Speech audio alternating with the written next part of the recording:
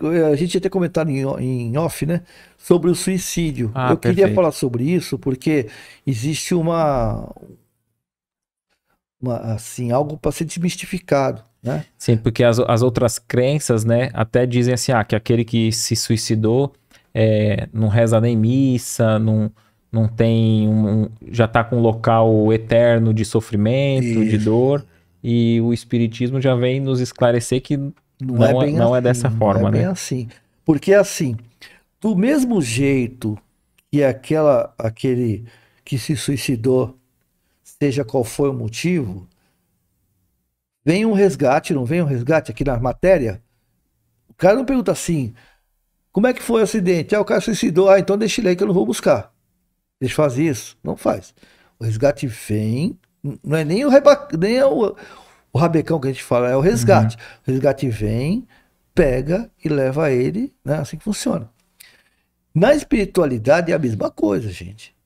A gente às vezes, não, tem os vales dos suicidas, né? O pessoal fala isso, a literatura. Nós temos que entender que a gente não pode levar ao pé da letra as coisas. Existem espíritos que vão para o Vale do Suicida? Tem, claro, tem. Tem espíritos que vai para as colônias de Mãe Nazaré, que é o atende suicida? Tem. Tem espíritos que estão em hospitais ainda se recuperando da degeneração molecular do perispírito? Tem. Está recompondo o perispírito. Que está sedado, que está em coma induzido, que nem é aqui? Tem. Né? Então, tem que entender que, por exemplo, tem espíritos que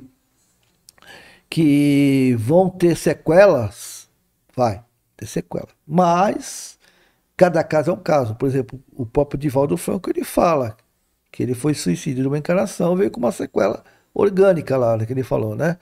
Muitas encarnações atrás. Ele mesmo conta. Se eu não me engano, Acho que era estômago, né? ele tinha, acho que era um sopro no pulmão, porque ele tinha vivenciado alguma experiência bem dolorosa e por algum momento do impulso ali, ele se jogou num rio, alguma coisa Isso, assim. foi. Então ele desencarnou em afogamento e na outra existência ele veio isso, com ele um problema contou. respiratório. Inclusive no filme, né? Ele tenta se suicidar de novo. Lembra? Sim, Ele sim. tenta suicidar, aí um grupo acho que até pedintes que estavam ali gritaram, não! Aí ele, né? E aí ele cobra, inclusive ele cobra de anjo, pô, você deixar eu fazer isso, decisão sua, você tinha que passar por isso, né? Porque o suicida, ele tem um histórico, né? Isso tem um histórico. Mas a gente não pode, né, para aqueles que têm parentes ou conhecidos, ou ouve falar, alguém veio falar para você sobre esse caso. Gente, é sempre costumo dizer para mim, né, e para as pessoas, cada caso é um caso. E eu acredito que a maioria é protegido. A maioria é acolhido. Apesar que todos somos acolhidos, né? Mesmo num umbral pesado que nem o de André Luiz, ele nunca teve sozinho, ele também está sendo acolhido. Ele não estava vendo o acolhimento, mas ele estava sendo acolhido, inclusive pela própria mãe, né? Então eles sempre são acolhidos, sempre, não importa o que eles façam, principalmente aqueles que fez pelo surto, pelo repente, sabe, esses sim são realmente acolhidos. Tava tudo bem, tava de boa, né? E de repente surtou por um motivo qualquer e tirou a vida. O próprio, eu já vi o Divaldo Franco falando que Deus leva em consideração, né, o Newton, Atenuantes. aqueles atenuantes, a pessoa de um coração bom, era bom para todo Sim, mundo, sim. estava passando por um momento de dor, Sim, às vezes saiu de si, então isso é levado em conta, né? com E certeza. eu penso que nesse assunto é interessante assim, acho que tem duas questões, né? Aquilo que você falou sobre a gente saber a consequência, porque às vezes essa dor, esse sofrimento, que é até sair aquele fluido vital, que a pessoa tá ali, já é o início da melhora. Então faz parte do processo para que ela entenda quanto foi doloroso, quanto não foi uma atitude correta, a melhor das Sim, atitudes, sim. para que depois a pessoa pense, ó, eu não pretendo passar por ali. Mas aquele sofrimento não é eterno, né? Não. E aí ele volta, muitas vezes, como você disse, cumpre aquele resto que faltou para outra existência, né? Sim, Para se sim. reequilibrar. Mas o que eu digo assim? Porque é interessante, penso eu assim, a pessoa compreender que, por um lado, há consequências. É inevitável, né? É inevitável, é uma atitude grave para aquele que está pensando em abandonar a vida, que não é a melhor escolha, não vai resolver os problemas. Sim.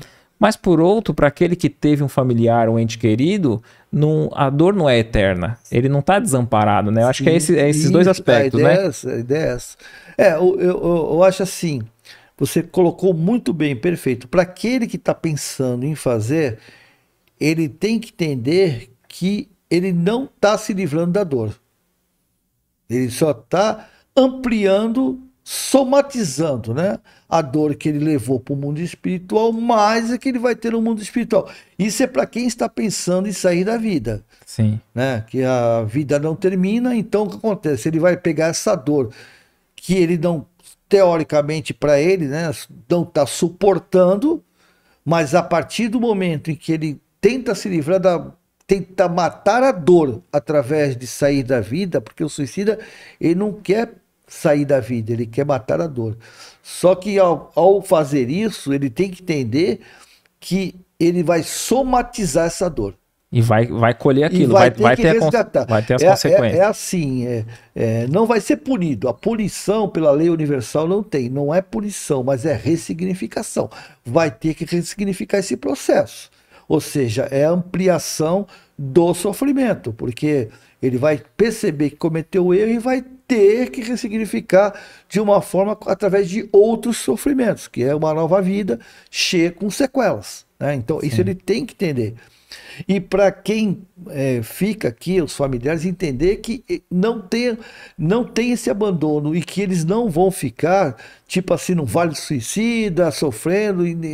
O que acontece, que é até bom você comentar sobre o Divaldo, que o Divaldo comenta sobre isso, aquele que vem planejando, né, que vem premeditando, esse aí ele está construindo na psicosfera dele, né, mental, esse processo. Então é uma coisa mais compacta, né? Até porque deu tempo da espiritualidade dos mentores adverti-lo, certamente, e mesmo assim ele cristalizou a ideia. Foi negando os avisos, talvez. A diferença do surto para esse planejamento é a cristalização da ideia. Você cristalizou, o nome já diz, cristalizou, está emprenhada, está presa, está travada.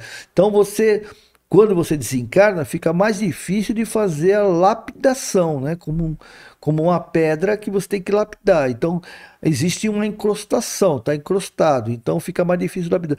Agora, aquele que de repente faz isso assim, ele não tem uma coisa premeditada, né? Ele tomou uma atitude de um momento de surto, sabe, o cara perdeu. Então é menos problemático, né? Mas ambos vão ter que ressignificar o processo. Eu já li cartas até que o Chico Xavier recebeu de uma filha para a mãe que ela fala, mãe, desculpa, eu estava no meu quarto e fui me sentindo como se eu tivesse me envolvido por uma nuvem e eu não sei bem o que eu fiz. Sim. E tal, e ela cometeu o suicídio. E ela está no hospital. Estava numa colônia, foi acolhida e passou um período que ela ainda fala, eu tô escrevendo com auxílio, sim, né? Ela estava escrevendo ainda com a ajuda da avó que amparou e tal.